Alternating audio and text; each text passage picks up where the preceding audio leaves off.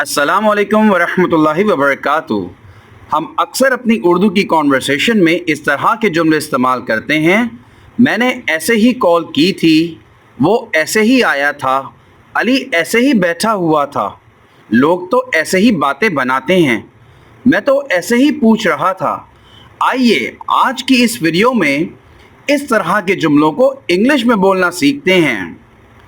इस तरह के सेंटेंसेस के लिए हम इंग्लिश में फॉर नथिंग का इस्तेमाल करते हैं और फॉर नथिंग का मतलब होता है ऐसे ही। चले आए सीखते हैं कि इसको इस्तेमाल कैसे किया जाता है। How to use for nothing in sentences. So the formula is written before you on your screens. हम कोई भी सेंटेंस इस्तेमाल करते हैं और उसके बाद फॉर नथिंग को इस्तेमाल कर देते हैं। कोई भी सेंटेंस का मतलब है कि हम किसी भी जुमले को किसी भी टेंस में we can use any sentence in any tense and then in the end we use for nothing और ये for nothing वहां मतलब देता है ऐसे ही का। Example is written before you. I said it for nothing. मैंने तो ऐसे ही कह दिया था। I said it for nothing. I said it मैंने कह दिया और for nothing ऐसे ही। आइए अब इसको कुछ एग्जाम्पल्स की मदद से समझ लेते हैं ताकि हम अपनी कॉन्वर्सेशन में इसको इस्तेमाल कर सकें। So the first example is written before you. Electricity had broken down so we were sitting for nothing.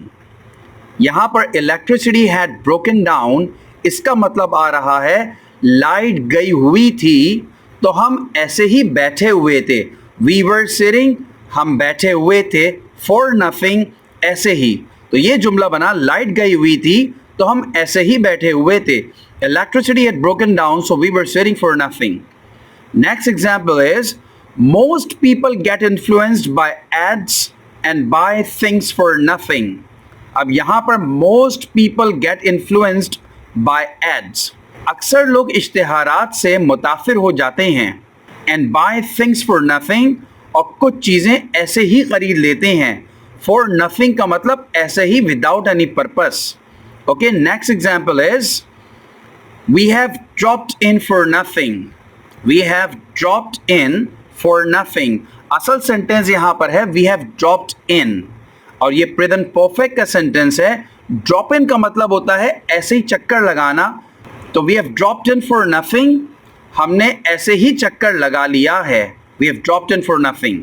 The next example is you will not visit us for nothing. We will have to invite you. तुम ऐसे ही तो चक्कर लगाओगे नहीं, हमें तुम्हें दावत देनी पड़ेगी।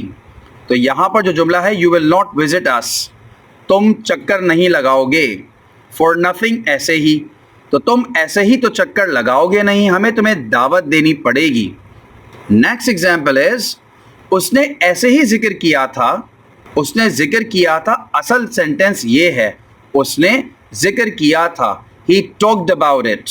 ऐसे ही for nothing, तो उसने ऐसे ही जिक्र किया था। He talked about it for nothing. Next example is वो ऐसे ही नहीं मानेगा, हमें उसे मनाना पड़ेगा। तो वो नहीं मानेगा के लिए he will not get convinced, ऐसे ही for nothing। तो he will not get convinced for nothing, हमें उसे मनाना पड़ेगा। पड़ेगा के लिए हम यहाँ पर will have to का स्ट्रक्चर इस्तेमाल कर रहे हैं।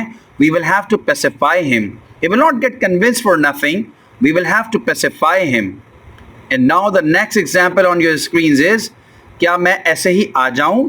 तो असल सेंटेंस इसमें है क्या मैं आ जाऊं और इसकी इंग्लिश होती है shall I come? ऐसे ही तो for nothing, क्या मैं ऐसे ही आ जाऊं? Shall I come for nothing? मैं ऐसे ही बैठा था तो सोचा बाइक ही साफ कर लूं। I was sitting for nothing. मैं बैठा था, I was sitting ऐसे ही for nothing। तो सोचा, so I thought बाइक ही साफ कर लूं to clean the bike. I was sitting for nothing, so I thought to clean the bike. वो ऐसे ही बोलती रहती है, तुम बुरा मत मानो। वो बोलती रहती है she keeps mumbling. ममल कहते हैं बगैर किसी मकसद के बोलना या कुछ बड़बड़ाना। तो वो बोलती रहती है she keeps mumbling।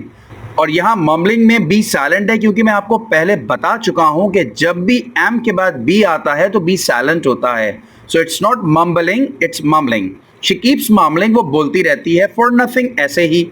Don't mind, बुरा मत मानो. लोग तो ऐसे ही बातें बनाते रहते हैं. तो लोग तो बातें बनाते रहते हैं. People keep making things up. ऐसे ही for nothing. People keep making things up for nothing. लोग ऐसे ही बातें बनाते रहते हैं. So my friends and dear students, I hope that you must have liked this video and you must have got to learn something out of this video. You may watch this video again and learn these sentences and start using them in your conversation. Hopefully we will meet again in another informative video. Till then, take very good care of yourselves. Assalamu alaikum wa rahmatullahi wa barakatuh.